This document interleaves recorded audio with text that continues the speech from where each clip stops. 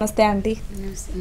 ఎలా ఉన్నారు? బాగున్నామ్మా, మీరు ఎలా ఉన్నారు? నేను కూడా చాలా బాగున్నాను. చాలా హ్యాపీగా కనిపిస్తున్నారు, అలాగే చాలా నీరసంగా కూడా కనిపిస్తున్నారు. ఎందుకు?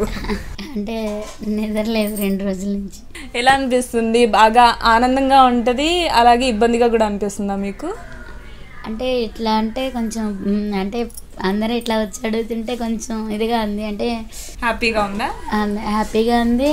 ముందుల నాకు ఇలాంటి ఇది ఇచ్చినందుకు మన సీఎం రేవంత్ రెడ్డి గారికి మాత్రము కృతజ్ఞతలు చెప్పుకుంటున్నాను. అవును.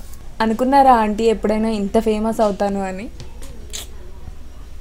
నేను నాకే నమ్మలేకపోతున్నా అసలు. ఇవన్నీ చూస్తుంటే ఎలా ఉందంటే ఇది అసలు అంతా బాగానే ఉంది. అంటే ఇది 2 లివర్లు ఎక్స్ట్రా అన్న దగ్గర నుంచి వారం రోజుల్లోనే ఇంతలా వారం అంతే, వారం రోజులైంది. ఈ వారం రోజుల నుంచి అసలు ఎట్లా అంటే ఇక అది ఏంటంటే ఇక నాకు చెప్పడం రావట్లేదు, ఇంకా అట్లా అయిపోయింది. సరే, ఇప్పుడు ఇంత ఫేమస్ అయ్యారు కదా మీరు, ఫస్ట్ ఆఫ్ ఆల్ కృతజ్ఞత చెప్పుకోవాలంటే ఎవరికి చెప్పుకుంటారు? ఇంకెవరు, మన దేవుడు, మన గౌరవనీయులైన సీఎం గారు రేవంత్ రెడ్డి గారు. ఎప్పుడు మా జీవితాంతం ఆయనకు రుణపడి ఉంటాం. మా ఇంటి దేవుడు అంటే ఆయనే. జీవితంలో మీకు గుర్తుండిపోయే మెమొరీ కదా ఇది, మీకు ఎప్పటికీ గుర్తుండిపోద్ది కదా? మెమరీ కాదంటే మన కష్టమే మన మెమరీ.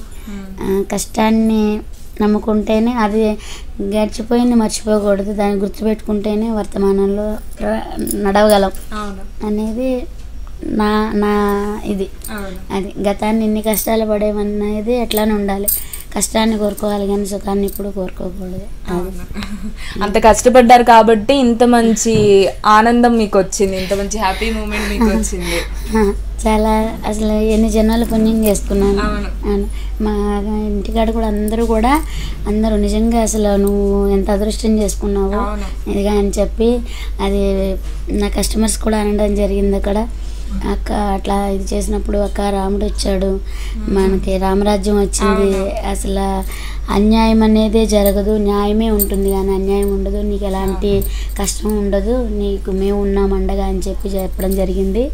ఇంకా అలా అది 24 గంటలు కాక ముందలే ఇది ఇలా జరిగినందుకు అసలు నాకు నిజంగా అసలు ప్రజల పాలిటి పెన్నిది మన రాష్ట్ర ముఖ్యమంత్రి గారు ఎప్పుడు ఆయన పరిపాలనే ఉండాలని మనస్ఫూర్తిగా కోరుకుంటున్నాను.